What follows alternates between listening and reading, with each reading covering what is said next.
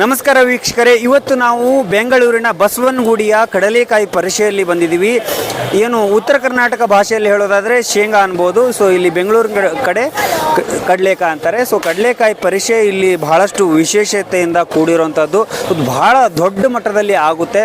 ಬಹಳ ವಿಶೇಷತೆಯಿಂದ ಕೂಡಿದ್ದು ಅಂತ ಯಾಕೆ ಹೇಳ್ತೀವಿ ಅಂದರೆ ವಿಭಿನ್ನ ರೀತಿಯ ವ್ಯಾಪಾರಸ್ಥರು ಇಲ್ಲಿ ಬಂದಿದ್ದಾರೆ.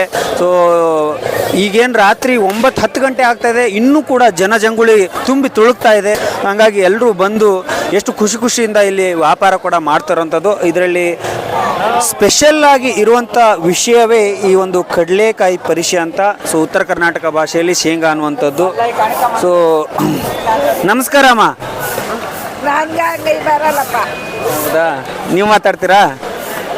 ಕೇಳಿ. ಬಸವನಗುಡಿ ಅಂದರೆ ಕಲ್ಕಾ ಪರಿಚಿ ನಡೀತಾ ಇದೆ.